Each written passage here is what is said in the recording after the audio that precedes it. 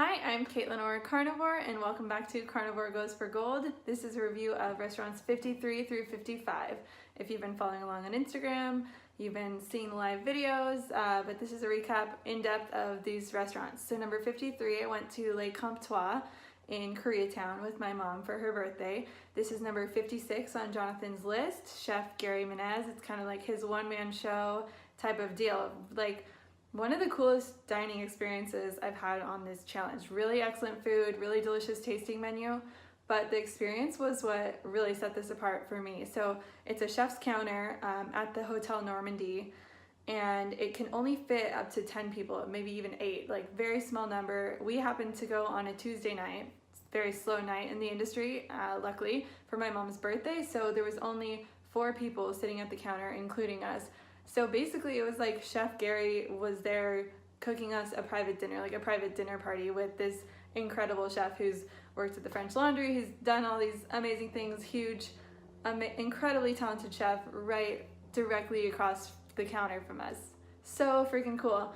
So just the 4 of us, and then just Chef Gary and his apprentice, they're working behind the counter making all the food for all the people. Even if there's 10 people there, it's just the 2 of them and a dishwasher, of course. So Chef Gary does this whole spiel before and like talks about, you know, the restaurant, talks about his thing and tells you about the food you're gonna have, and then he like says, okay, I'm gonna go cook now, and if you have any questions you can ask my apprentice and I'll like see you after the meal. He like completely flips the switch, gets into his cooking chef mode.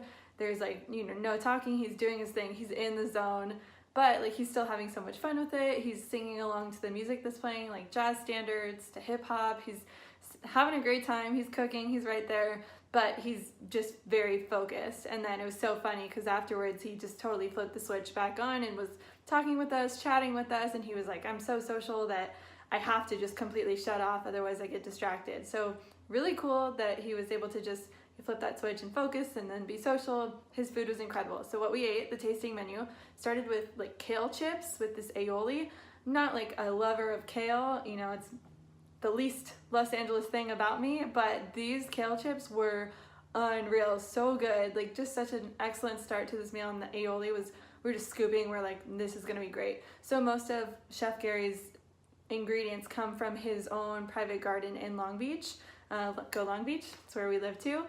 So that's pretty cool, and then the rest are from farmers markets and whatnot. Very vegetable focused tasting menu. Just incredible the way he elevated these vegetables and made them so delicious. So started with the kale chips, then we moved on to a purple asparagus soup. So good with sheep milk yogurt, breadcrumbs. Just, that was also one of our favorite things. It was one of the best soups, if not the best soup I've ever had in my life. Just gorgeous like color from that purple asparagus and just so tasty. Just, oh my gosh, it's so comforting on a cold fall night too. Then we moved on to the vegetable and fruit plate, and this I guess is the most stressful plate of the evening for them because they cook each of these vegetables and fruits that are on this plate separately before plating them all together. So you have kind of like one of each thing, maybe 2, like 1 carrot, like 1 onion, 1 beet, 1 cherry, whatever it is. They're all cooked in their own way and like different sauces, their own style, and then like painstakingly placed onto these plates. It was like watching a work of art. It was so cool to watch like them plating this vegetable and fruit plate. Like just, it took like such patience, such time, and like you can only imagine how long they spent cooking each of these things. So there was, you know, only 4 beets because 1 for like each of the 4 guests at the counter cooked in this specific way. They wanted those beets cooked and then put on the plate. Like just the attention to detail was so impressive.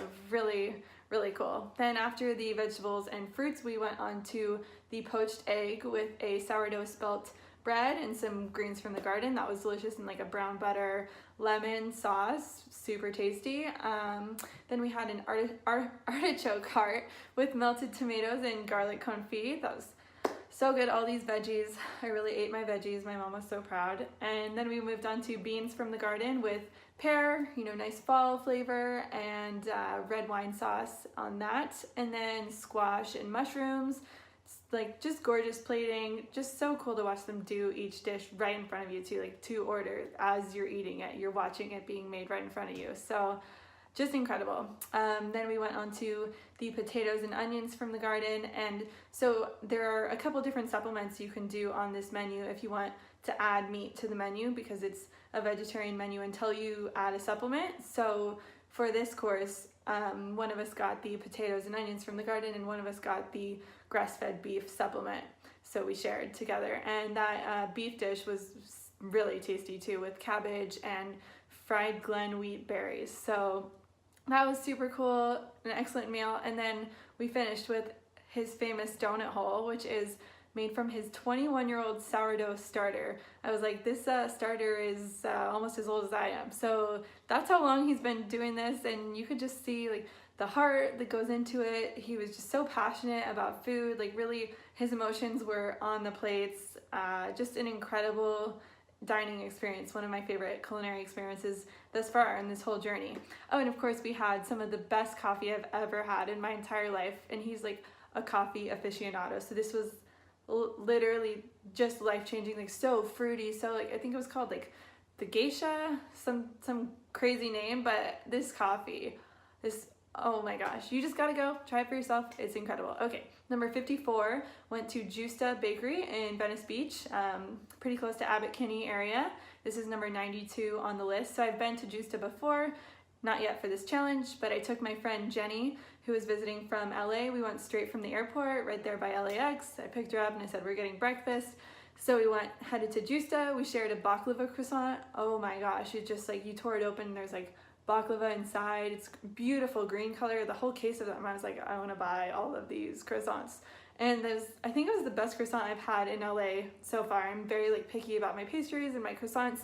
So buttery, so flaky, just excellent croissant, which is what you'd expect from this super fantastic bakery. We also tried the breakfast sandwich, which had collards and Gruyere, bacon, and hot sauce on an English muffin. The collards were super like interesting twist. You don't have collards on breakfast sandwiches very often, so that was unique and gave it a nice like depth to the eggy dish with some greens. Then Jenny also ordered the mushroom bowl with brown rice and wild mushrooms, greens, fermented chili, and a fried egg, because brunch. So she really loved that. It was a really good dish, very like comforting and warm, just all those yummy umami savory flavors. Tasty, love Gjusta.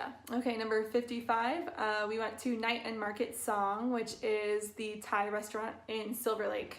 And I had never been before, went with Jenny also. This was during her visit. This is number 23 on Jonathan's list, and such a fun vibe, such a fun atmosphere in this restaurant, very like playful. There's neon signs and cute like string lights and you know, different lights and hanging things and fun pictures, fun tablecloth things, a cute little bar. Silver Lake is such a fun neighborhood, so it makes sense why it would be such a fun place, and the food was so good. So we started with khao soi nua noodles, which were like curry noodles. Oh my gosh, these were great noodles. We were lifting them, drinking the curry broth. It was like a deep, nice curry. That was really good.